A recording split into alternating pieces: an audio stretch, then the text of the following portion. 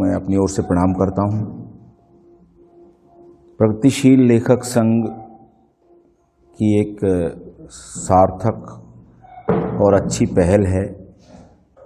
स्वतंत्रता के 75 वर्ष हमारा देश मना रहा है। व्यक्तिगत रूप से भाई पवन करण जी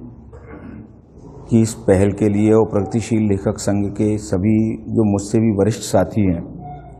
यहाँ मौजूद हैं, उन सब के प्रति मैं अपनी ओर से साधुवाद व्यक्त करना चाहता हूँ, क्योंकि दरअसल आज़ादी के जो नायक हैं, आज़ादी के नायकों की आज़ादी के आंदोलन में जो बड़ी भूमिका है, उनका त्याग है, उनका बलिदान है, उनका कठोर परिश्रम है, उसकी सत्यता की जानकारी उन लोगों को, देश की जनता तक जरूर पहुंचाना चाहिए जो उनके बारे में कुछ जानते हैं। हम लोग जितना आधा अधूरा जानते हैं, लेकिन उसमें सत्यता है ये तय है। बहुत सा सत्य कई बार छूट भी जाता है, लेकिन उस सत्य की जानकारी अवश्य पहुंचना चाहिए, अन्यथा सत्य की जानकारी नहीं पहुंचेगी तो उनके नाम पर बहुत सारे लोग झूठ भी फैला रहे हैं हमारी सामाजिक व्यवस्था में, और उस झूठ के अगर लोग शिकार बनेंगे तो कहीं ना कहीं उसके उत्तरदायी हम लोग भी माने जाएंगे। मौलाना अबुल कलाम आज़ाद भारतीय स्वतंत्रता आंदोलन के एक ऐसे ही चरित्र हैं, ऐसे ही नायक हैं जो महात्मा गांधी के विचारों से पूरी तरह प्रेरित हैं, प्रभावित हैं। महात्मा गांधी और जवाहरलाल नेहरू और मौलाना आज़ाद, अगर भारत के स्वतंत्रता आंदोलन के पूरे इतिहास को हम देखें तो मैं ये पाता हूँ, मतलब मेरी अपनी ये धारणा है, व्यक्तिगत धारणा है कि इन तीनों के इर्द गिर्द बहुत सारा घटनाक्रम है। मौलाना आज़ाद, जिनकी 22 फरवरी को अभी पिछले दिनों पुण्यतिथि मनाई गई, देश में कितने लोगों को मालूम है कि वो पुण्यतिथि मनी कि नहीं मनी, लेकिन जिनको मनाना चाहिए उन्होंने मनाई। और हम लोग, जैसा कि हमारे समाज में एक तौर तरीका है, हम लोगों के व्यक्तिगत जीवन में भी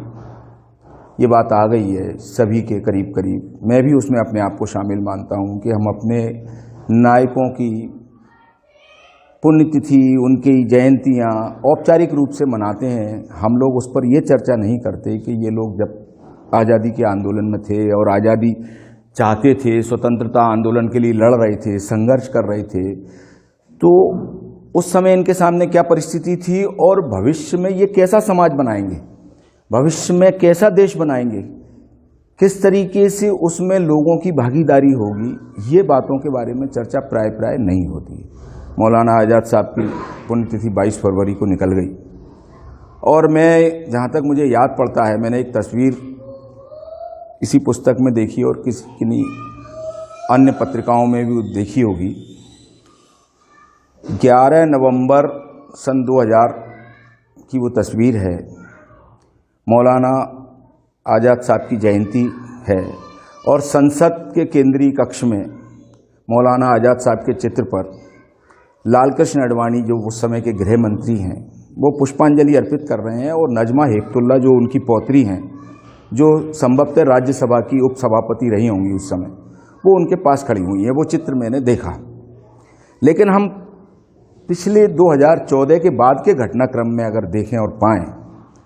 तो 2014 के घटनाक्रम के बाद हमने किसी बड़े सत्तासीन व्यक्ति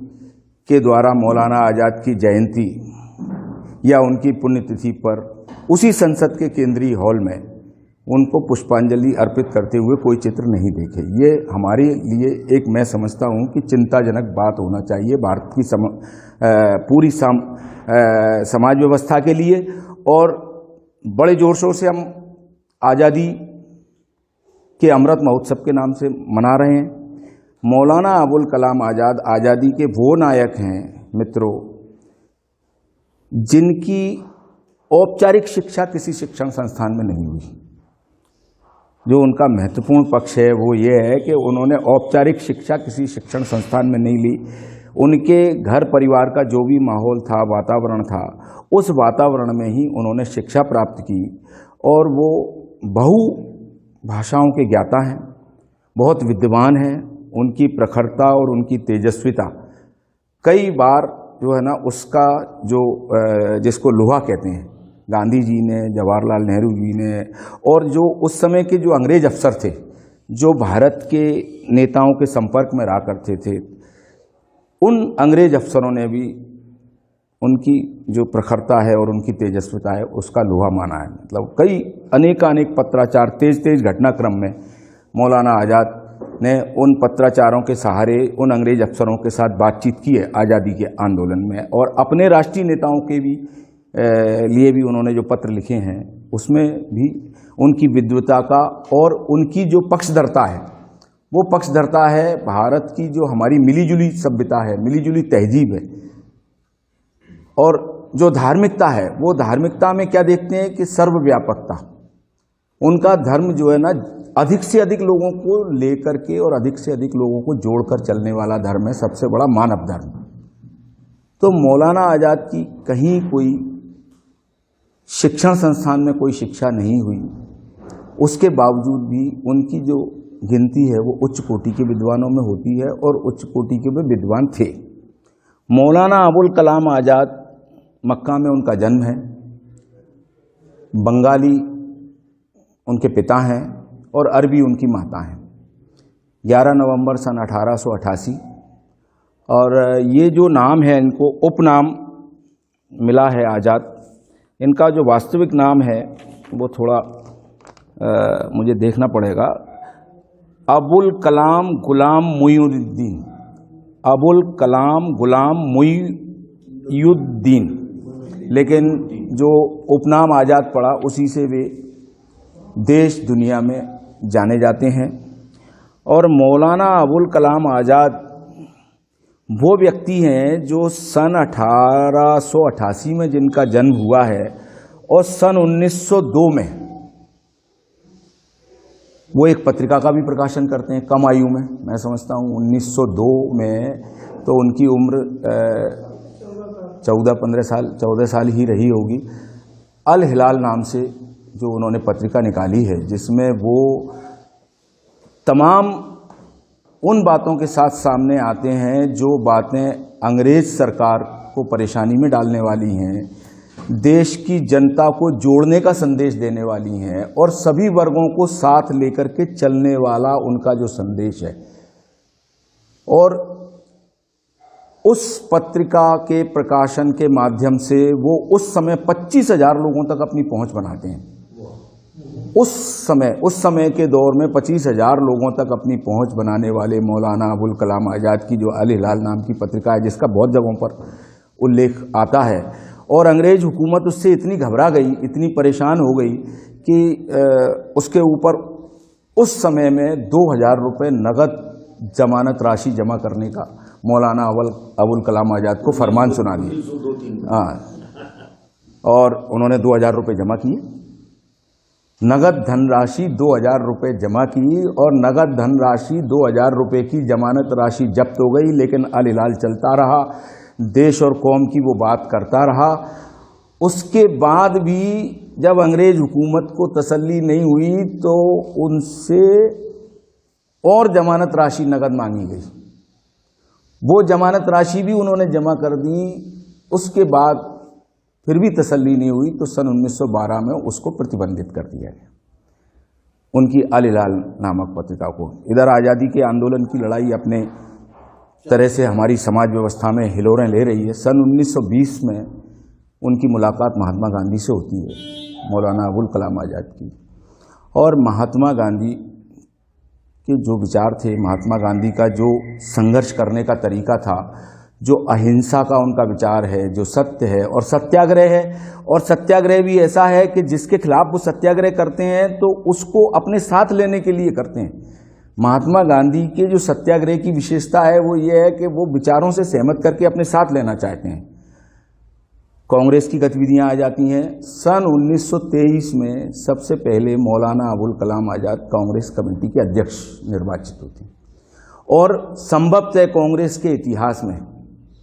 मौलाना अबुल कलाम आज़ाद हैं जो 35 वर्ष की आयु में सबसे कम आयु के अखिल भारतीय कांग्रेस के अध्यक्ष चुने गए। मौलाना अबुल कलाम आज़ाद का होना मैं समझता हूँ कि अपने आप में एक इतनी बड़ी बात है कि मौलाना अबुल कलाम आज़ाद के साथ इतना बड़ा विचार प्रवाह है,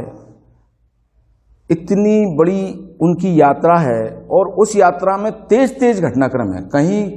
ऐसा नहीं लगता कि मौलाना अबुल कलाम आज़ाद कहीं रुक रहे हैं। उसी यात्रा में वो चलते हैं, कांग्रेस के राष्ट्रीय अध्यक्ष के रूप में भी चलते हैं, कांग्रेस के कार्यकर्ता के रूप में भी चलते हैं। और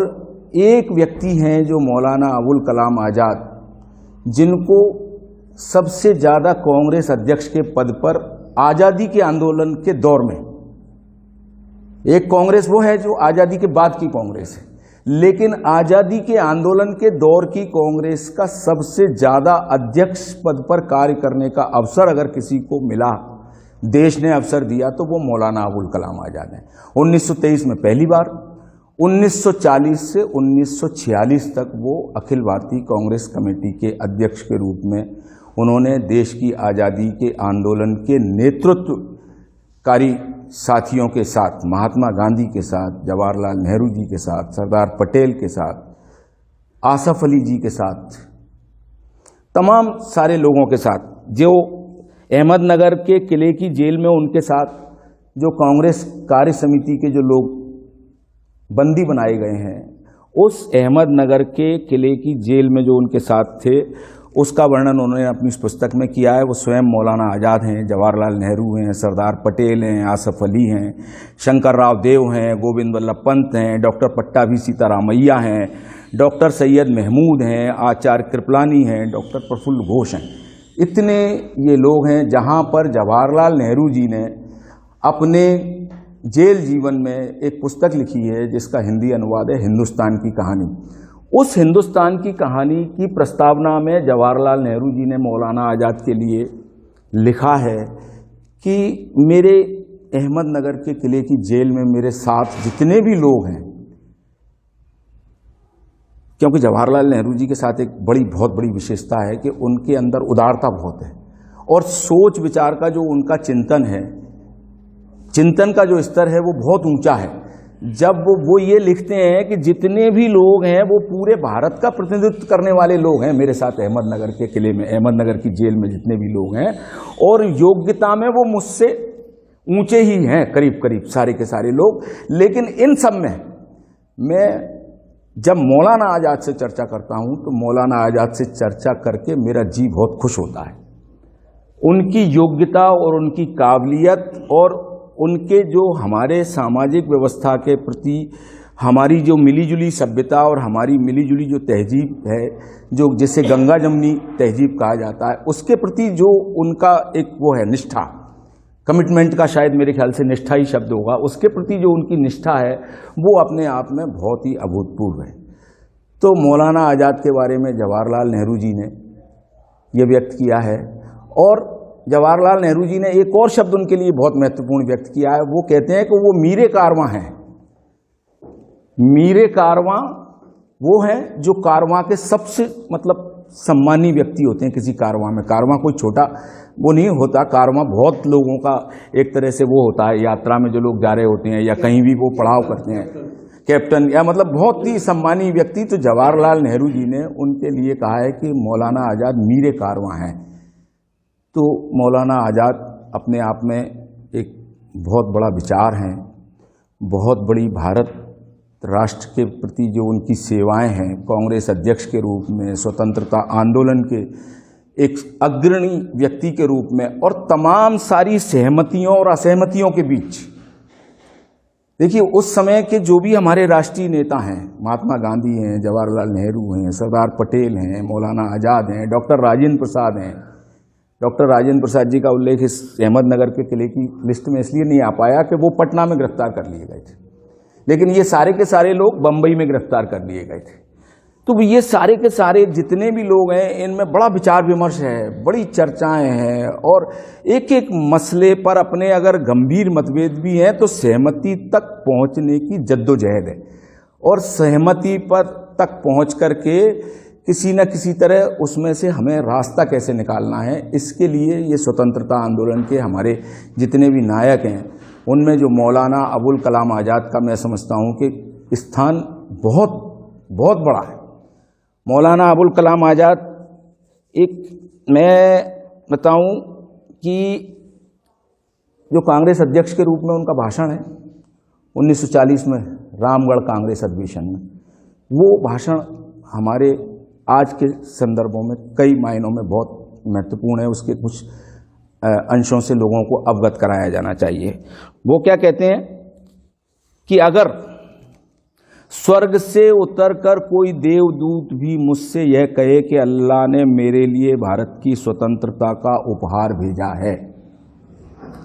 तब भी मैं उसे तब तक स्वीकार नहीं करूंगा जब तक हिंदुओं और मुसलमानों में एकता स्थापित नहीं हो जाती। मतलब मुझे स्वतंत्रता तब तक स्वीकार नहीं है। आगे क्या कहते हैं वो, क्योंकि भारत को स्वतंत्रता नहीं मिलने से केवल भारत का नुकसान होगा, परंतु यदि हिंदू मुस्लिम एकता स्थापित नहीं होती तो इससे संपूर्ण मानवता को क्षति पहुंचेगी। ये जो मौलाना आजाद की जो विचारधारा है, वो उसके दर्शन यहाँ पर हमें होते हैं, और जिसकी आज मैं समझता हूँ कि हमारे देश के अंदर जो हालात हैं उसको देख करके और उन हालातों में जब हम चल रहे हैं उनके में बहुत ज़्यादा ज़रूरत है। आगे वो कहते हैं कि मुझे अपने भारतीय होने पर गर्व है, मुझे अपने भारतीय होने पर गर्व है। मैं इस अविभाज्य एकता भारतीय राष्ट्रवाद का एक हिस्सा हूँ। मैं इस महान इमारत के लिए अनिवार्य हूँ। जो महत्वपूर्ण बात है वो ये है कि मैं इस अविभाज्य एकता भारतीय राष्ट्रवाद का एक हिस्सा हूँ। मैं इस महान इमारत के लिए अनिवार्य हूँ, और मेरे बिना भारत का यह शानदार स्वरूप अधूरा है। मैं एक लाजमी तत्व हूँ जो भारत को बनाने में काम आया है। मैं इस दावे को कभी नहीं छोड़ सकता। ये मौलाना आज़ाद का जो कमिटमेंट है वो अपने आप में हम जैसे लोगों के लिए मैं समझता हूँ कि बहुत बड़ी सांत्वना देने का काम करता है। मौलाना आज़ाद होना मैं समझता हूँ कि कोई साधारण बात नहीं है। मौलाना अबुल कलाम आज़ाद जो गांधी से चर्चा करते हैं, कई बार गांधी जी से चर्चा करते करते जब कांग्रेस के बहुत सारे नेता जो है ना निराश हो जाते थे कि गांधी जी को सहमत कौन करेगा, कैसे सहमत होंगे, तब मौलाना आज़ाद आशा नहीं छोड़ते। वो नेहरू से भी चर्चा करते हैं, वो सरदार पटेल से भी चर्चा करते हैं, और गांधी जी से भी चर्चा करते करते करते करते वो जब द्वितीय विश्व युद्ध चल रहा था तो शिमला अधिवेशन में जाने के लिए, कांग्रेस के शिमला अधिवेशन में जाने के लिए गांधी जी तैयार नहीं थे, क्योंकि कई नेताओं का ये विचार था उस अधिवेशन के लिए कि मित्र राष्ट्रों के साथ अंग्रेज है, फांसीवाद के खिलाफ ये द्वितीय विश्व युद्ध चल रहा है, तो मित्र राष्ट्रों के साथ होने की वजह से इस समय हमें अंग्रेजों को इस द्वितीय विश्व युद्ध में समर्थन देना चाहिए। और गांधी जी चूंकि युद्ध के खिलाफ हैं, वो अहिंसा के पक्षधर हैं, तो वो कहते हैं मैं किसी युद्ध के पक्ष में, यो युद्ध करने वाले किसी भी देश के पक्ष में कोई भी अपनी बात कहने के लिए कहीं उपस्थित नहीं होगा। तब मौलाना आज़ाद उनको इस बात के लिए तैयार करते हैं कि गांधी जी आप चलिए, और एक बात अपनी रखते हैं कि हम अंग्रेज़ों का समर्थन करेंगे, अंग्रेज़ सरकार का समर्थन करेंगे, लेकिन इस युद्ध के समाप्ति के बाद अंग्रेज भारत को स्वतंत्रता देने के लिए वचनबद्ध हो जाएं। तो मौलाना आज़ाद महात्मा गांधी को भी इस बात के लिए तैयार कर लेते हैं, महात्मा गांधी से भी उनकी चर्चा होती है। वो मतलब कभी अपनी आशा नहीं छोड़ते थे। मौलाना आज़ाद का जो सबसे महत्वपूर्ण पक्ष है वो यही है कि कई कई मसलों पर वो एक एक मसले पर एक एक व्यक्ति से अनेक बार चर्चा करते हैं। उनको ऐसा नहीं लगता कि मैं अनेक बार चर्चा क्यों कर रहा हूँ किसी से भी। गांधी जी तो खैर उनके लिए मतलब इतने बड़े पूजनीय हैं, इतने बड़े आदरणीय हैं कि एक बार गांधी जी के बारे में तो उन्होंने ये तक कहा कि गांधी जी हमारे लिए, हम सबके लिए इतने आदरणीय हैं कि गांधी जी के आदेश के बगैर हम ना तो कोई आंदोलन शुरू करेंगे और ना कोई सत्याग्रह शुरू करेंगे। कई बार चर्चाओं में, मतभेद में कई लोगों के अपने अपने अलग अलग विचार आते हैं, तब मौलाना अबुल कलाम आज़ाद आगे बढ़ कर के ये कहते हैं कि गांधी जी के बगैर हम लोग कोई भी कुछ नहीं कर सकते। इस बात पर कई लोगों ने उनकी आलोचना भी की है। कई जो कट्टरतावादी नेता हुए उस दौर में, उन्होंने उन्हें गांधी की उंगली पकड़ करके चलने वाला बताया है। किसी ने कहा है कि वो गांधी जी की छाया से बाहर नहीं निकल पाए, वो गांधी और नेहरू के पीछे ही चलते रहे। और एक बात मैं आपको बताऊं कि जो दो राष्ट्रों का सिद्धांत, जिसके जिन्ना पैरोकार बताए जाते हैं, इधर जिन्ना पैरोकार हैं, इधर सावरकर पैरोकार हैं, दो राष्ट्रों के। लेकिन मौलाना अबुल कलाम आज़ाद दो राष्ट्रों की इस थ्योरी के, दो राष्ट्रों के इस सिद्धांत के सबसे पहले खंडन करने वाले व्यक्ति हैं। उन्होंने धर्म के आधार पर राष्ट्र के विभाजन का पुरजोर विरोध किया है। और एक समय ऐसा भी आया है जब उनके साथ कोई नहीं था, तो उससे वो बहुत दुखी हुए हैं, बहुत निराश हुए हैं। धीरे धीरे करके, एक एक करके जो भी परिस्थिति बनी है, उस परिस्थिति में बहुत सारे लोग उनका साथ छोड़ते चले जाते हैं। लेकिन आखिर में जब वो अकेले भी रह जाते हैं ना, तब भी वो इस बात को कहते हैं कि भले ही विभाजन हो जाए। विभाजन एक दुर्भाग्यपूर्ण स्थिति है। जब स्वतंत्रता हमें मिलने वाली थी, उस के प्रारंभिक समय में, उस दौर में जब विभाजन की बिल्कुल परिस्थिति निर्मित हो जाती है, तो धीरे धीरे एक एक करके सारे लोग, मैं उनके नामों का उल्लेख नहीं करूंगा, उन्होंने अपनी आज़ादी की कहानी में इस बात का उल्लेख किया है, इस बात की चर्चा उन्होंने की है। जो किताब उन्होंने 6 माह में बोल करके लिखवाई है, बोल कर 6 माह वो बोलते थे प्रतिदिन। एक निश्चित समय था, हुमायूं कबीर उनके पास जाते थे, उनके वो नोट्स लेते थे। उन नोट्स को जब पूरे 6 महीने में उनकी वो पुस्तक हो जाती है, तो हुमायूं कबीर फिर उनको सुनाते हैं उसको। जब वो संतुष्ट हो जाते हैं, तब वो इंडिया विंस फ्रीडम के नाम से जो किताब है वो आती है, और उसमें एक एक घटना का, कई कई व्यक्तियों के बारे में जो भी उनके वो हैं। लेकिन जिस तरह से महात्मा गांधी जी का एक कई बार जो स्वरूप और विचार सामने आता है कि महात्मा गांधी जी भी कई बार राष्ट्रीय आंदोलन के कई नेताओं की बातों से सहमत न होते हुए भी, और उनके कई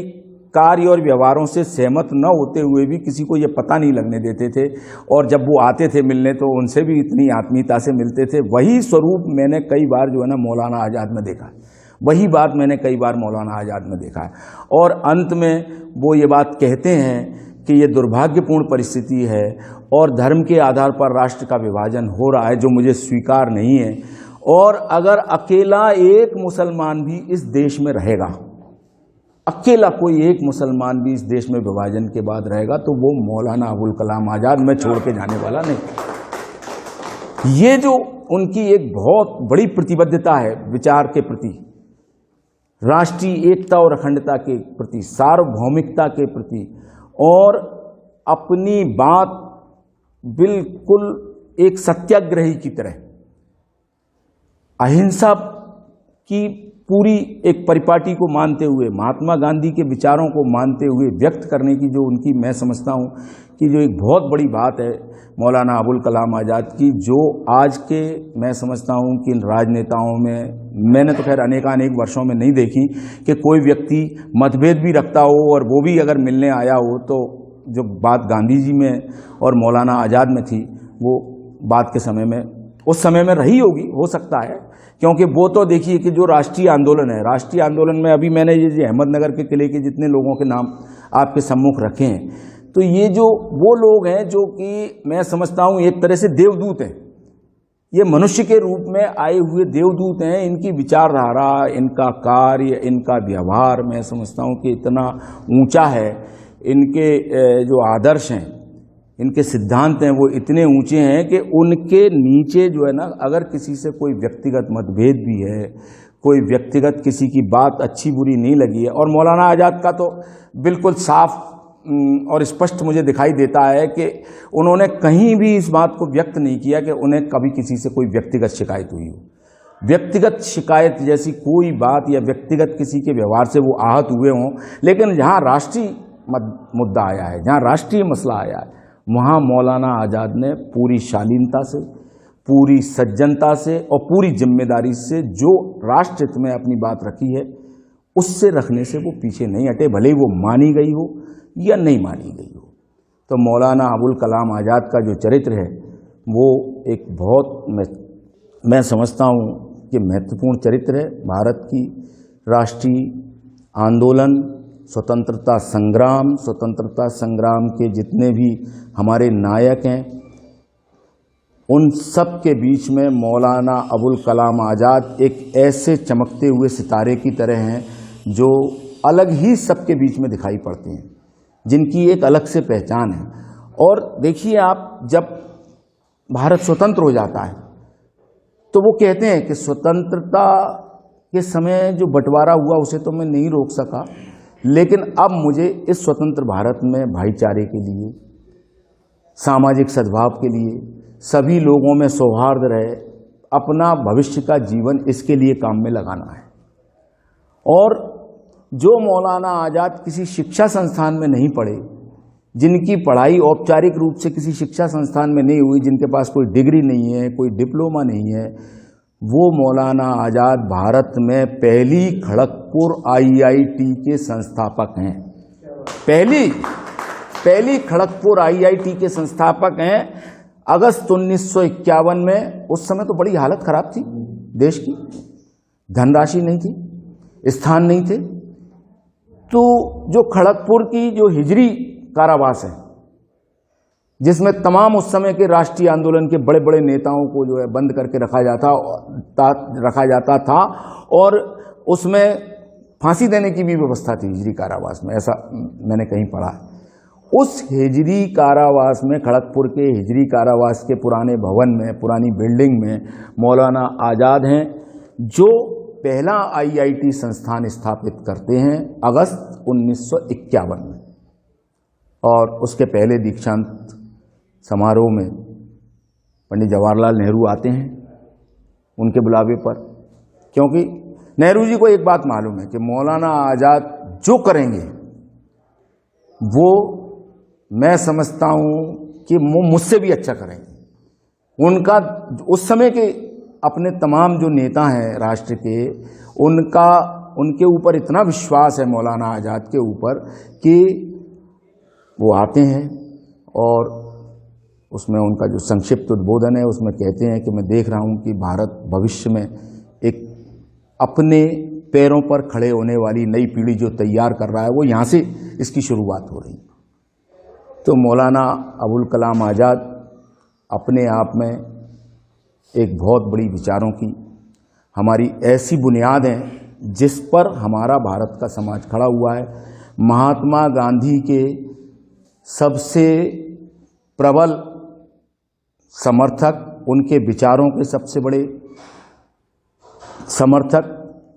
आप देखिए कि जिस समय उनके तो बहुत सारे ऐसे प्रसंग हैं जिनको कभी कभी लगता है कि कौन सा हम वर्णन करें, कौन सा छोड़ें। जिस समय विभाजन की प्रक्रिया चल रही है और हिंसा हो रही है और लोग एक दूसरे के धार्मिक आधार पर और अनेक आधारों पर एक दूसरे के साथ दुर्व्यवहार कर रहे हैं और खून के प्यासे हो गए हैं, उस समय महात्मा गांधी बहुत दुखी होते हैं और महात्मा गांधी दुखी होकर के 12 जनवरी को आमरण अनशन कर देते हैं दिल्ली में। तो मौलाना अबुल कलाम आज़ाद हैं, वो इतनी तेज़ी से सक्रिय होते हैं और सब लोगों, दिल्ली के विभिन्न विचारधाराओं के लोगों के साथ संपर्क करते हैं। ऐसा नहीं है कि वो मतलब जो सेकुलर सोच वाले लोग हैं, पंथ निरपेक्ष सोच वाले लोग हैं, या वैसे सामाजिक सद्भाव वाले सोच हैं, सबसे संपर्क करते हैं, सबसे बातचीत करते हैं। वो सावरकरवादियों से भी बातचीत करते हैं, वो श्यामा प्रसाद मुखर्जी के अनुयायियों से भी बातचीत करते हैं, वो हिंदू महासभा के नेताओं से भी बातचीत करते हैं। कहते हैं किसी तरह गांधी जी का जीवन बचाइए आप सब लोग मिलकर के, और उनको ये विश्वास दिलाइए कि हम लोग अब आगे से हिंसा नहीं करेंगे, हम लोग आगे से कोई ऐसा काम नहीं करेंगे कि जिससे भारत का जो सिर है वो पूरी दुनिया में नीचा हो। और इस अथक और कठोर परिश्रम करते करते वो जो है ना सभी लोगों को साथ लाने में भी कामयाब होते हैं, सभी लोगों को साथ लाने में भी कामयाब होते हैं। और 18 जनवरी को एक बिरला हाउस तक इतना लंबा जुलूस दिल्ली में निकाला जाता है, जिसमें उन्होंने अपनी किताब में तो वर्णन किया है, उसमें 20,000 संख्या बताई है, लेकिन गांधी मार्ग एक पत्रिका निकलती है गांधी इंस्टीट्यूशन की ओर से, उस गांधी मार्ग पत्रिका में उस जुलूस में शामिल लोगों की संख्या 1 लाख बताई गई है, जो जाकर के गांधी जी से इस बात के लिए अनुरोध करते हैं कि गांधी जी आप अपना अनशन समाप्त कर दीजिए। अब हम आपको ये भरोसा दिलाते हैं, हम आपको वचन देते हैं कि हम अपने जो हमारे पड़ोसी हैं या हमारे जो आसपास रहने वाले लोग हैं, भले ही हमारे उनके धार्मिक विचार नहीं मिलते हैं या हमारे उनके बीच में किसी तरह के कोई भी मतभेद हैं, लेकिन उनके साथ हम हिंसा नहीं करेंगे। तो 1 लाख लोगों को, और उसमें सारे ही लोग शामिल हैं, उसमें सारी ही पार्टियों के लोग शामिल हैं, उसमें कम्युनिस्ट भी हैं, उसमें हिंदू महासभा के लोग भी हैं, उसमें समाजवादी हैं, उसमें कांग्रेस के भी लोग हैं, सारे के सारे लोग हैं, विभिन्न धर्मों के अनुयायी हैं। जब गांधी जी को उन लोगों के हस्ताक्षरों से तैयार किया हुआ वो ज्ञापन, बहुत हजारों लोगों के हस्ताक्षर हैं उस ज्ञापन के ऊपर, मौलाना अबुल कलाम आज़ाद ही हैं जो इस काम को कर सकते थे और उन्होंने करके दिखाया। और गांधी जी के समक्ष उन्होंने वो ज्ञापन प्रस्तुत किया और कहा कि बापू अब आप अपना अनशन समाप्त कर दीजिए। तो गांधी जी ने कहा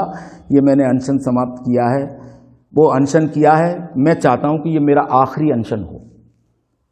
18 जनवरी को जब उन्होंने वो अनशन समाप्त किया है तो उन्होंने बहुत सारी शर्तें उसके साथ रखी हैं, लेकिन जो सबसे बड़ी महत्वपूर्ण शर्त जो रखी है वो ये रखी है कि सबके हृदय परिवर्तन होना चाहिए, जो गांधी जी ने, और बहुत सारी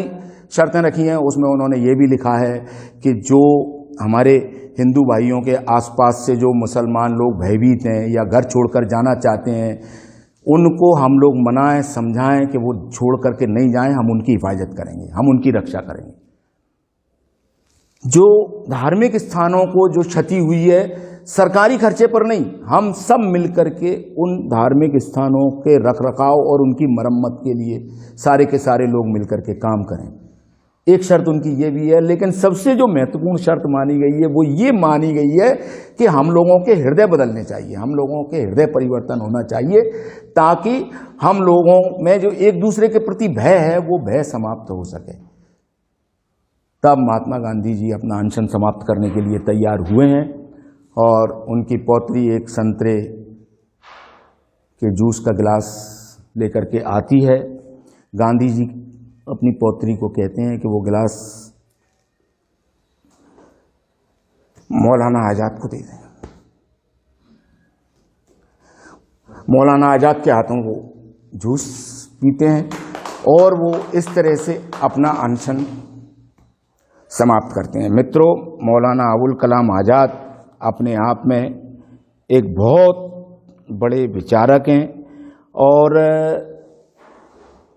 भारत के स्वतंत्रता और स्वतंत्रता के बाद का भारत, कैसा भारत हम बनाएंगे, वो सारा का सारा विज़न है उनका। उच्च शिक्षा गरीबों के लिए, उनके प्रयासों से भारतीय तकनीकी शिक्षा परिषद का गठन किया गया है। उनके प्रयासों से भारत में जो तकनीकी और दूसरी जो ऐसी टेक्निकल जो एजुकेशन है उसकी शब्दावली हिंदी में तैयार की गई है, वो मौलाना आज़ाद ने तैयार करवाई है। उसकी पहल मौलाना आज़ाद ने की। मौलाना आज़ाद का बहुत बड़ा मैं समझता हूँ कि योगदान है भारत के स्वतंत्रता आंदोलन में, और कांग्रेस के अध्यक्ष रहते हुए इतने लंबे समय तक कांग्रेस के वो अध्यक्ष रहे हैं। तमाम बड़े बड़े अधिकारियों के साथ, बड़े बड़े लोगों के साथ उनका जो पत्राचार है, पत्र व्यवहार है, और उनके बारे में मैं समझता हूँ कि जो मुझे डॉक्टर पट्टाभी सीतारामैया की कांग्रेस का इतिहास जो पुस्तक है 3 खंडों में है, मुझे लगता है बहुत साथियों ने उसको पढ़ा होगा। उसके तीसरे खंड में डॉक्टर पट्टाभी सीतारामैया ने जो कांग्रेस के इतिहास में एक मैं समझता हूँ कि बहुत बड़ा एक न्याय मौलाना आज़ाद के परिवार के साथ किया है। बहुत छोटे से उसमें उल्लेख है इस घटना का, लेकिन मैं उसका उल्लेख इसलिए करना चाहूँगा कि कई बार हम जब अपने नायकों के बारे में चर्चा करते हैं, उनके वैचारिक पक्ष के बारे में चर्चा करते हैं, उनके त्याग, तपस्या, उनके बलिदान और उनकी उपलब्धियां और उन्होंने बहुत जो कुछ किया उनके बारे में चर्चा करते हैं, लेकिन कई बार उनके परिवारजनों के बारे में हमारी ओर से चर्चा नहीं हो पाती। मैं डॉक्टर पट्टाभी सीतारामैया की इस पुस्तक के हवाले से ये उल्लेख करना चाहता हूँ कि जो उन्होंने उल्लेख किया है कि इसको उन्होंने कांग्रेस की और राष्ट्रीय आंदोलन की बहुत बड़ी हानि बताया है। कांग्रेस की एक बहुत बड़ी हानि मौलाना अबुल कलाम आज़ाद की पत्नी बेगम जुलेखा खातून की मृत्यु थी, जो मतलब डॉक्टर पट्टाभी सीतारामैया की पुस्तक है। और उन्होंने उसमें लिखा है आगे कि बेगम जुलेखा खातून अच्छे परिवार से थी और इनके साथ विवाह होकर के तय बात है पति के साथ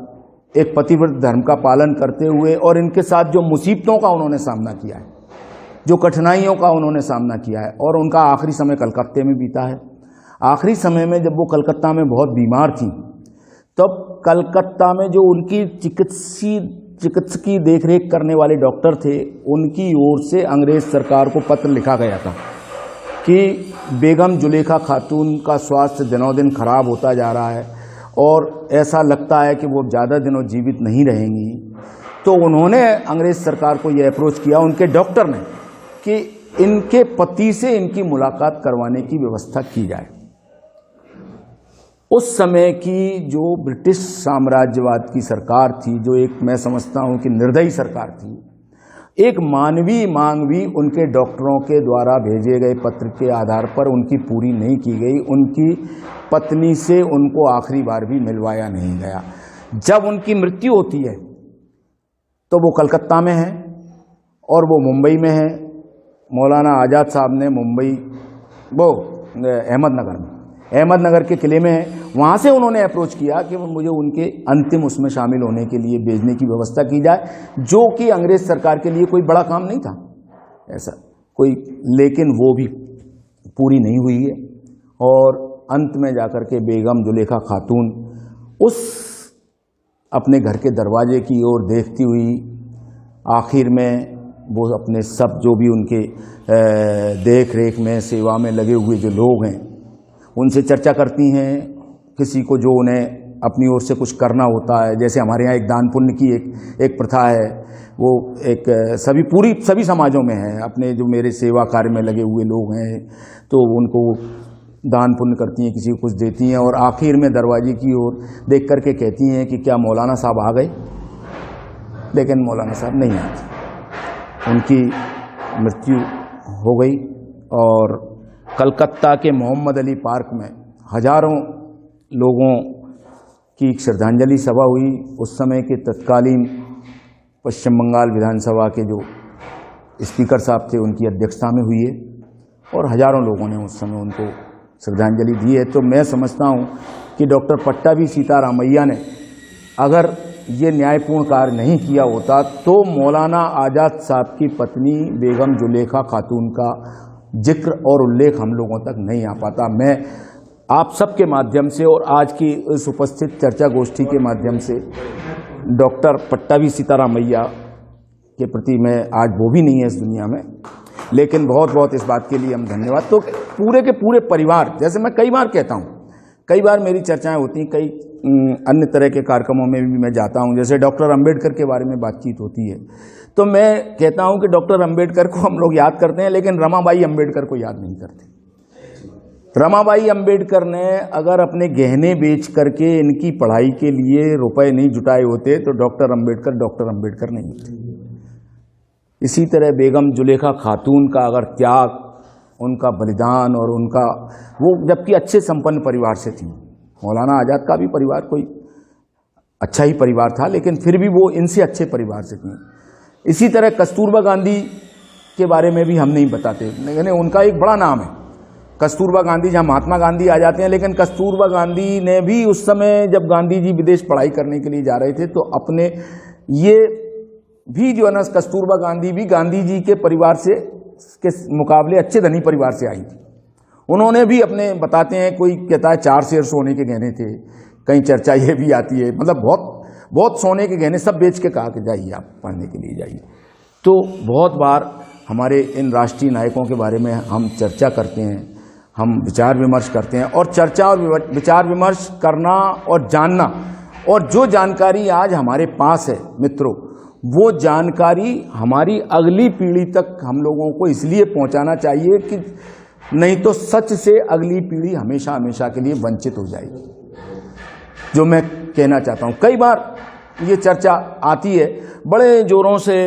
इस देश में हल्ला मचाया जाता है, देखिए नेताजी सुभाष चंद्र बोस को भुला दिया गया है, हम हैं कि उन्हें याद कर रहे हैं। और उनके विचार क्या थे भैया, ये भी बता दो। नेताजी सुभाष चंद्र बोस सांप्रदायिकता के बारे में क्या सोचते थे? वो एक आधुनिक भारत, कैसा भारत बनाना चाहते थे जिसमें सब लोग मिलजुल करके रहेंगे कि एक दूसरे से लड़ेंगे?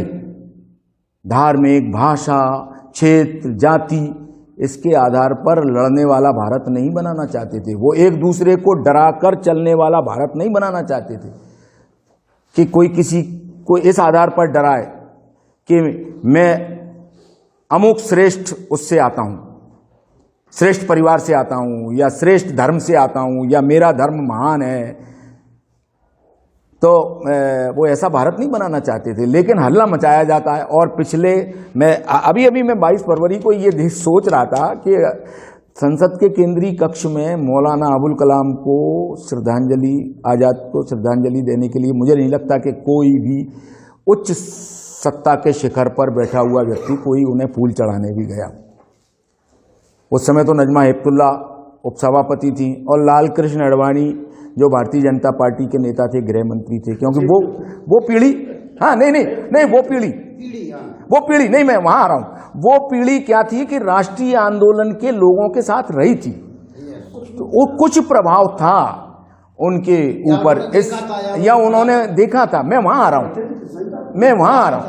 हूं। मैं किसी की व्यक्तिगत आलोचना, निंदा नहीं करना चाहता, लेकिन उनके ऊपर उन घटनाओं का, स्वतंत्रता के आंदोलन के समय के स्वतंत्रता के राष्ट्रीय जो हमारे नेता थे, उनके साथ उनका कुछ न कुछ संवाद था, कुछ चर्चा थी, कुछ मिलना था,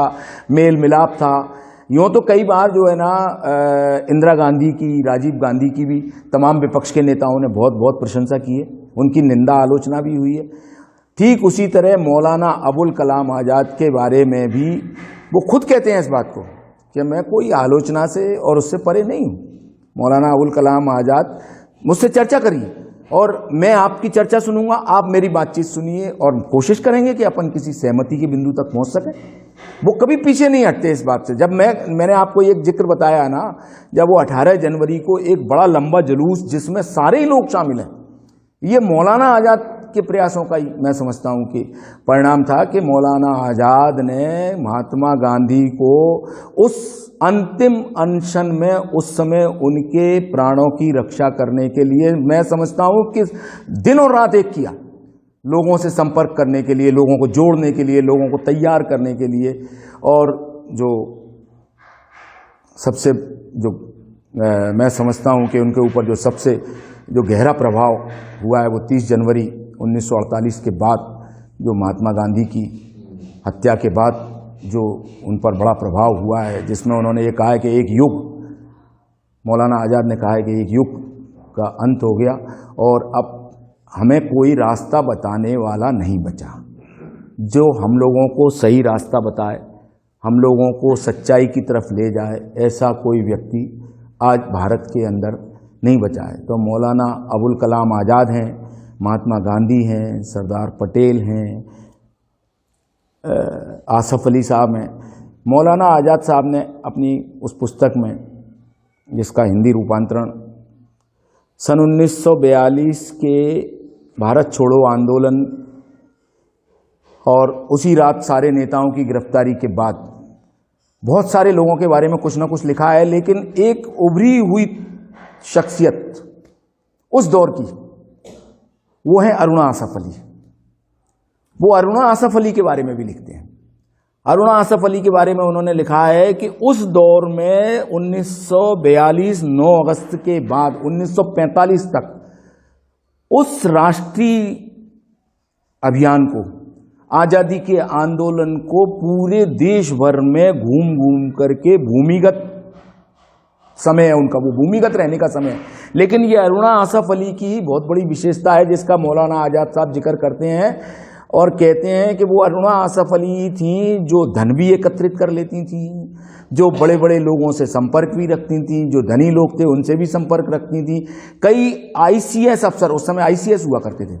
अंग्रेज हुकूमत के समय, कई आईसीएस अफसरों की पत्नियों के साथ, उनके परिवारों के साथ उनके गहरे ताल्लुकात थे और वो अपने भूमिगत समय में उनके परिवारों में, उनके घरों पर जाकर के रुकती थीं और उन्होंने गांधी, नेहरू और मौलाना आज़ाद के इस अभियान को धीमा नहीं पड़ने दिया। इस बात का उल्लेख अरुणा आसफ अली के बारे में जो उन्होंने किया है, जिससे मैं सबसे ज़्यादा प्रभावित हूँ, क्योंकि वो अहमदनगर के किले में आसफ अली साहब भी हैं उनके साथ, और आसफ अली साहब चिंतित तो होते थे कई बार कि अरुणा पता नहीं कहाँ होंगी, किस स्थिति में होंगी। तब मैं उनसे कहता था कि आपको तो चिंता करने की कोई ज़रूरत ही नहीं है, अरुणा आपकी इतनी तेजस्वी पत्नी है कि वो पूरे देश भर में घूम घूम करके, सूचनाएं भी पहुंचती रहती थी इन लोगों के पास, तो वो पूरे देश भर में घूम घूम करके इस राष्ट्रीय स्वतंत्रता के जो आंदोलन का दीप है उसको उन्होंने बुझने नहीं दिया, उसको उन्होंने लौ दिया, उसको उन्होंने जलाए रखा है। तो अरुणा आसफ अली का उल्लेख उन्होंने बहुत ही आदर और बहुत सम्मान के साथ किया है। मित्रों, मौलाना अबुल कलाम आज़ाद ठीक वैसे ही एक चरित्र हैं जैसे हमारे आज़ादी के आंदोलन के और बहुत सारे चरित्र हैं। और कोई भी व्यक्ति, देखिए मैं एक बात मानता हूं कि मैं जो आप लोगों के बीच में चर्चा करता हूं, जो भी बातचीत करता हूं, ये आप लोगों का बड़प्पन है कि मुझे इस चर्चा के लिए, बातचीत के लिए आप लोगों की ओर से अवसर दिया जाता है। लेकिन मैं आप लोगों के बीच में सबसे कम जानने वाला व्यक्ति हूँ, सबसे कम मेरी जानकारियाँ हैं। लेकिन फिर भी मैं एक बात कहता हूँ कि इनके बारे में कोई भी एक व्यक्ति 50 मिनट में, 1 घंटे में कुछ भी सारी बातें व्यक्त नहीं कर सकता। इनके बारे में लगातार हम लोगों को चर्चा करते रहना चाहिए। और प्रगतिशील लेखक संघ का ये जो एक बड़ा उद्देश्यपरक कार्यक्रम है, इसमें हम सब जो सजग लोग हैं, अब चूंकि हम लोग जाति पीढ़ी हैं, महेश कटारे जी मैं समझता हूँ हम लोगों में सबसे वरिष्ठ हैं और हमने उम्र में वरिष्ठ हैं, लेकिन अब जाती हुई पीढ़ी है। लेकिन हमको इस तरह की चर्चाओं के माध्यम से, इस तरह के विचार विमर्श से नई पीढ़ी जरूर तैयार करना चाहिए, ताकि वो मुट्ठी भर लोग ही सही, जब एक अरुणा आसफ अली जो है ना, इतने सब राष्ट्रीय नेताओं की गिरफ्तारी के बाद उस समय राष्ट्रीय आंदोलन की मशाल को थामे रह सकती हैं और पूरे देश भर में घूम सकती हैं, जबकि भूमिगत थी वो, उनको मतलब ढूंढा जा रहा था। तो मैं समझता हूँ कि हम तमाम विपरीत हालात हैं, तमाम विपरीत परिस्थितियाँ हैं। इन विपरीत परिस्थितियों में कम से कम इतना तो कर ही सकते हैं कि जो हमारे राष्ट्रीय स्वतंत्रता आंदोलन के चरित्र हैं, जिनका राष्ट्र के निर्माण में ऐसा योगदान है, ऐसा राष्ट्र बनाना चाहते थे जहाँ कोई भेदभाव नहीं हो, जहाँ धार्मिक आधार पर, जहाँ जातीय आधार पर ऊंच नीच की दीवारें नहीं हो, जहाँ शिक्षा सबके लिए सुलभ हो। मौलाना आज़ाद का तो सबसे बड़ा सपना उच्च शिक्षा को वो गरीब और मध्यम वर्ग के परिवारों के लिए भी सर्वसुलभ बनाना चाहते थे, सबके लिए चाहते थे कि सबको उसका लाभ मिले। लेकिन आज तो मैं समझता हूँ कि शिक्षा का भी मामला, जो मौलाना आज़ाद साहब ने सपना देखा था, जो मौलाना आज़ाद साहब ने जिसकी शुरुआत की थी, जिस शिक्षा व्यवस्था की, आज वो शिक्षा व्यवस्था गरीबों और मध्यम वर्गीय परिवारों की पहुंच से बहुत दूर। और आज जब हम मौलाना आज़ाद साहब को याद कर रहे हैं तो हमें उनके शिक्षा के क्षेत्र में किए गए उनके कार्यों को, उनके विचारों को और उनके योगदान को लोगों को बताना चाहिए और ये प्रयास करना चाहिए कि कम से कम शिक्षा और स्वास्थ्य तो इस स्वतंत्र भारत में प्रत्येक व्यक्ति को देने की जिम्मेदारी राज्य निभाए। किसी का भी राज्य हो, किसी की भी सरकार हो, ये अलग विषय हो सकता है, लेकिन जो मौलाना आज़ाद सोचते थे वो कम से कम सबको मिले, सबको सुलभ हो, इस तरह की विचारधारा का प्रचार प्रसार हम लोगों को करना चाहिए और करते रहना चाहिए। और उनके जो विचार हैं, उनका जो जीवन है, उनका जो योगदान है स्वतंत्रता के आंदोलन में, मैंने बहुत प्रयास किया था कि मौलाना आज़ाद साहब पूरी स्वतंत्रता के आंदोलन में जेल कितने समय में रहे। अंग्रेज हुकूमत के द्वारा उनको अनेक बार मतलब गिरफ्तार किया गया है। एक बार का जरूर उनकी किताब में थोड़ा सा वर्णन आया है कि वो 3 वर्ष जो नज़रबंदी की हैसियत में है, वो नज़रबंदी की हैसियत में वो कहाँ रुकते थे, कहाँ क्या रहता था। लेकिन उस नज़रबंदी के पीरियड में उनको संबंधित नज़दीक के थाने में जाके प्रतिदिन अपनी उपस्थिति लगानी पड़ती थी। और उस नज़रबंदी के दौर में उन्होंने भारत में शिक्षा व्यवस्था के बारे में अपने दिमाग में विज़न तैयार कर लिया था। ऐसा नहीं, क्योंकि ये जो कांग्रेस है राष्ट्रीय आंदोलन है, और उसी बीच में जो है ना कांग्रेस का योजना आयोग भी था, कांग्रेस का विदेश विभाग भी था, जिस विदेश विभाग के जो चीफ थे वो जवाहरलाल नेहरू थे और deputy chief doctor Ram Manohar Lohia थे। कांग्रेस का योजना आयोग है, और वो योजना आयोग किसके मार्गदर्शन में बनाया गया, किसके विजन पर बनाया गया। ये मैंने एक बार हमारे एक मित्र से कहा, मैंने कहा आप लोग नेताजी सुभाष चंद्र बोस का बहुत जिक्र करते हो और कहते हो कि सबने बुला दिया, हम ही मना रहे हैं। आप लोगों को मालूम है ये जो भारत में योजना आयोग बनाया था उसके बारे में सन 1938 में कांग्रेस अध्यक्ष के रूप में नेताजी सुभाष चंद्र बोस ने अवधारणा रखी थी योजना आयोग की, और उनकी अवधारणा पर जवाहरलाल नेहरू ने आज़ाद भारत में योजना आयोग बनाया था। आप लोग बातें करते हो नेताजी सुभाष चंद्र बोस की, हम मना रहे हैं, सब भूल गए हैं, और उनकी अवधारणा पे बने योजना आयोग को आप लोगों ने समाप्त कर दिया। इस देश में वो योजना आयोग समाप्त किया गया ना, नीति आयोग के नाम से अब एक अपनी कठपुतली संस्था बना दी गई। योजना आयोग अलग था, नीति आयोग तो ना नीति है ना अनीति है, वहाँ तो भगवान जाने क्या है। तो कुल मिलाकर के जो सत्यता है, उस सत्यता को हम सब लोगों को जो भी समझते हैं, राष्ट्रीय आंदोलन के जो विचार हैं, जो सिद्धांत हैं, भारत के स्वतंत्रता आंदोलन की जो बड़ी परंपरा है, जो बड़ी विरासत है हमारे पास, जिस विरासत में महात्मा गांधी हैं, जिसमें जवाहरलाल नेहरू हैं, जिसमें सरदार पटेल हैं, जिसमें डॉक्टर राजेंद्र प्रसाद हैं, जिसमें लाल बहादुर शास्त्री हैं, जिस संविधान को बनाने में डॉक्टर अंबेडकर का बहुत बड़ा योगदान है, जिस संवैधानिक व्यवस्था के तहत ये देश चल रहा है, तमाम सारे ये लोग हैं, इनके बारे में हमें इनके सद्गुण और इनके विचार और इनके विज़न नई पीढ़ी को जरूर बताते रहना चाहिए, ताकि वो नई पीढ़ी भी समझ सके। क्योंकि जब हमको भी किसी न किसी ने बताया ना, हमारे जो वरिष्ठ लोग थे, हम लोगों को बताया, आप लोगों को भी सबको बताया गया, तो अब हमारी ये जिम्मेदारी बनती है कि हम उस नई पीढ़ी को इस बात के लिए तैयार करें कि वो नई पीढ़ी हमारे राष्ट्रीय आंदोलन, उसके सिद्धांत, उसके उसूल, उसके आदर्शों से परिचित हो सके, और जो महान नेता हमारे थे उन्होंने किन कठिनाइयों में, किन परिस्थितियों में इस देश के लिए काम किया, और आज़ाद भारत की एक ऐसे आज़ाद भारत की नींव जिन्होंने रखी, आज वो किस स्थिति में है, ये सब जानकारी हम लोगों को सबको देते रहना चाहिए। 22 फरवरी को मौलाना आज़ाद साहब की पुण्यतिथि निकल गई। आज 27 फरवरी एक और भारत के स्वतंत्रता आंदोलन के चमकते सितारे चंद्रशेखर आज़ाद का बलिदान दिवस है। आज के दिन सन 1900 संभवतः 27 है, नहीं कि 31 है, सन 1931 है। उसके बाद 23 मार्च 31 को फांसी भगत सिंह को दे दी गई, जब वो उस फांसी को टालने के प्रयासों के लिए कार्य कर रहे थे। चंद्रशेखर आज़ाद, इनकी फांसी की तारीख निर्धारित हो गई थी। शहीद आजम भगत सिंह की, राजगुरु की और सुखदेव की 24 मार्च इनकी फांसी की तारीख थी। तो उस फांसी से इनको बचाया जा सके, चंद्रशेखर आज़ाद उसके लिए अपने स्तर पर जो कर सकते थे वो प्रयास कर रहे थे। और वो अल्फ्रेड पार्क में कुछ विश्राम कर रहे थे, बैठे थे, कुछ चिंतन मनन में थे कि किसी मुखबिर ने उनकी सूचना उस समय जो भी अंग्रेज अधिकारी थे उन तक पहुंचा दी और उनको सब ओर से घेर लिया गया। और जैसा कि उनका संकल्प था और उनका प्रण था कि मैं जीवित अंग्रेज हुकूमत के हाथों नहीं आऊँगा। अंतिम गोली वो अपने लिए रखते थे और वही अंतिम गोली उनके यहाँ पर वो निशान पाया गया है कि जिससे वो शहीद हुए हैं, जिससे उनका बलिदान हुआ है। आज उनका भी बलिदान दिवस है, आज उनको भी हमें याद करना चाहिए। जितने भी हमारे आज़ादी के आंदोलन के नायक हैं, इनके बहुत ऊंचे विचार हैं, इनके सिद्धांत बहुत बड़े हैं,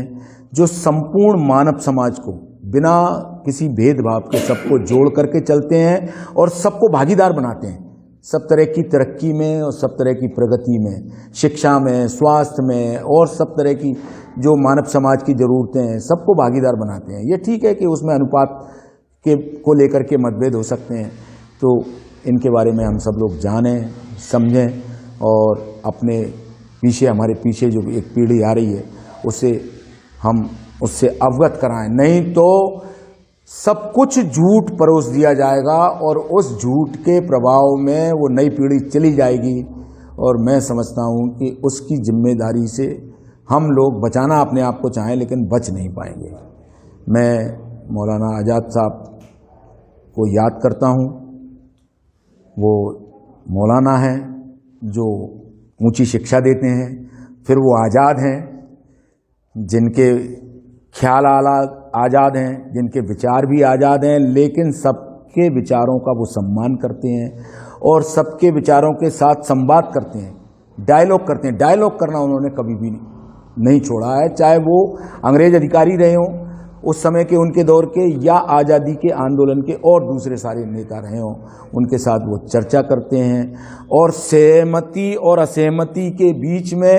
असहमतियों को जानते और समझते हुए सहमति की ओर रास्ता निकालने का उनका जो प्रयास है वो अद्भुत है। वो बहुत बड़ी प्रतिभा के धनी हैं, बहुत बड़ी उनके अंदर प्रतिभा है, उनके अंदर बहुत बड़ा मैं समझता हूँ कि धैर्य है। उनके जैसा धैर्य मैं समझता हूँ या तो गांधी जी में है या मौलाना आज़ाद साहब में है। बहुत मतलब वो इस बारे में कहते भी हैं कई बार कि कई साथियों के बारे में उन्होंने अलग अलग चर्चाएं की हैं कि वो कभी कभी आवेग में आ जाते हैं, लेकिन उनकी जो निष्ठा है राष्ट्र के प्रति वो महत्वपूर्ण है। आवेग में आना अलग बात है। वो मतलब कहते हैं अपने अपने तरीके से उन्होंने बहुत सारी बातों को व्यक्त किया है, लेकिन उनका धैर्य गजब का है, उनकी निष्ठा गजब की है और देश के लिए वे जिए और देश के लिए जीते हुए देश को बनाने के उस दौर में 22 फरवरी 1958 को उनका इंतकाल हो गया। उनको उनके मैं समझता हूँ कि 1888 और 1988 शताब्दी के बाद 1992 में भारत सरकार ने भारत रत्न दिया है। मैं समझता हूँ कि उनको भारत रत्न देना एक तरह से भारत रत्न का सम्मान बढ़ाना है। भारत रत्न का कद मौलाना आज़ाद को भारत रत्न देने से भारत रत्न का कद बढ़ा है। हमने अपना ऋण उतारा है और वैसे हम उनके हमेशा ये भारत इस देश का जनगण उनका ऋणी रहेगा, लेकिन आज वे हमारे बीच में नहीं है। लेकिन उनकी जो विचारधारा है, जो उनके विचार हैं, और महात्मा गांधी की अहिंसा के बारे में भी उन्होंने एक जगह व्यक्त किया है कि गांधी जी, क्योंकि उनके सामने सब कुछ बहुत सारी चीज़ें दिख रही थी उनको, गांधी जी को किस तरीके से मारने के लिए लोग लगे हुए थे, तो उन्होंने ये भी कहा है कि गांधी जी की भले ही मृत्यु हो जाए, गांधी जी नहीं होंगे, लेकिन गांधी जी का सत्य, अहिंसा और सत्याग्रह का सिद्धांत जब तक ये संसार है, जब तक ये मानवता है, तब तक जीवित रहेगा। और आज हम देख रहे हैं कि मौलाना आज़ाद के कहे गए वो शब्द, हमने इतना बड़ा किसान आंदोलन देखा जो 1 वर्ष तक चला, वो महात्मा गांधी के आदर्शों और उसूलों पर ही चला, भले ही उसमें बलिदान चाहे जितने लोग हों। और आज जबकि पूरी दुनिया एक बड़े महायुद्ध के कगार पर आकर के खड़ी हो गई है, तब जो महात्मा गांधी के विचारों का प्रतिपादन मौलाना अबुल कलाम आज़ाद ने किया है, वो विचार आज भी हमारे लिए ज़रूरी हैं और बगैर शांति के मानव समाज जीवित नहीं रह सकता। गांधी जी कहते हैं कि या तो अहिंसा रहेगी या कुछ भी नहीं बचेगा। तो मौलाना आज़ाद महात्मा गांधी के इन विचारों के प्रबल पोषक, उद्घोषक और समर्थक हैं कि या तो अहिंसा का सिद्धांत रहेगा या संपूर्ण मानव समाज नष्ट हो जाएगा। तो इसलिए इसमें से हमें अहिंसा की ओर और सत्य की ओर बढ़ना है। इस विचार विमर्श और इस विचार चर्चा के इस बीच में आप सब आदरणीय साथी जो मुझसे बहुत ज़्यादा जानते हैं, मुझसे आयु में भी बड़े हैं,